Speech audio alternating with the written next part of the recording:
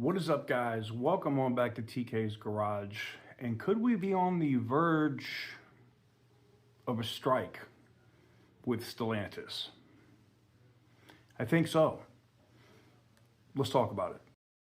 For the longest time, whoa, for the longest Yo, Percocet, Miley Percocet, Percocet, Miley Percocet, Represent, gotta represent. This story is coming to you guys from Mopar Insiders. If you haven't visited the website or don't read the news there, I highly recommend it. Go check them out. It's right here. I'm going to pop it up right here. Stellantis is to build a brand new 3-row SUV at the Windsor Assembly plant by 2026. Damn. I'm laughing because the lighting and stuff just failed. My solar batteries are dead. Anyways, now, in case you're wondering, currently the Jeep Grand Cherokee and the Durango are being manufactured at the Jefferson North Avenue plant, or the JNAP, okay? Why this matters is there has been a consistent exodus of UAW jobs from American assembly plants to Mexico, Canada. It wouldn't surprise me if they start trying to do stuff in Europe as opposed to doing stuff in either Mexico and Canada as well. And it's weird because at least the leadership at the UAW is not raising as much like rancor or craziness as I think would happen. And full disclosure, like I'm not a union guy. I'm not anti-union or pro-union. I really don't care. It doesn't affect my life. But it's interesting to me that the union's not going nuts over this, right? Yeah, I know they signed a record contract with Stellantis, but what does that mean if your employees are getting $40 an hour with no job? Like, they're just cool. We'll sign that contract and we'll just lay it off. Cool, we're gonna open up this plant in Illinois. Oh, now we're not.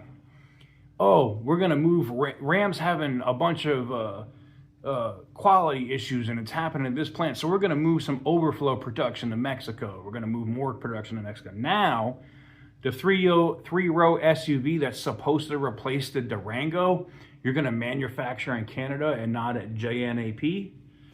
Ooh. I've already got, and I get your guys' DMs on Instagram, and I've already got your emails about it. But it looks like this is going, the current Dodge Durango is scheduled to cease production in 2027. Wow, that thing has been around. When did they start? Because I know my Aspen was, a 2008? And I think they stopped making that Durango Aspen generation like around 2010, maybe. Was it 2010? And then they came out with the new Durango. So that thing's been around for the same body style, basically, for 15 years. Wow. So the new 3-row SUV will be part of Stellantis' shift towards the STLA large platform, which supports a range of powertrains, including electrified options. Oof. In addition to the new Dodge SUV, Fiorani has reported that a 2-row Chrysler crossover will begin production at Windsor Assembly in early 2026. This new Chrysler model will be the brand's first new offering since the reintroduction of the Pacifica nameplate in 2017. Interesting. Well, for you guys that work at the Jefferson plant, I feel bad for you. But it looks like your jobs are going the way of the dodo bird. They're going to Canada. And I don't see your union president or anybody else that has any kind of clout, for that matter, raising a stink about it. And if I were you, like I'm already seeing the stuff about where they're talking about voting Sean Fain out or trying to get him out as president. I think your union president is more.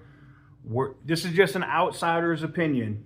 Outsider's opinion. I think your union president is more worried about himself and his public image than he's worried about you, the worker. And that's just my opinion. You don't have to agree with it. That's perfectly fine. But I just had to say it because it's facts. Anyways, let me know what you guys think about this new move, this new three-row SUV manufacturing going to Windsor as opposed to staying here in the good old US of A. Let me know what you guys think. Hit the thumbs up button if you like what I do. Hit the subscribe button if you haven't already. And as always, stay petty, my friends.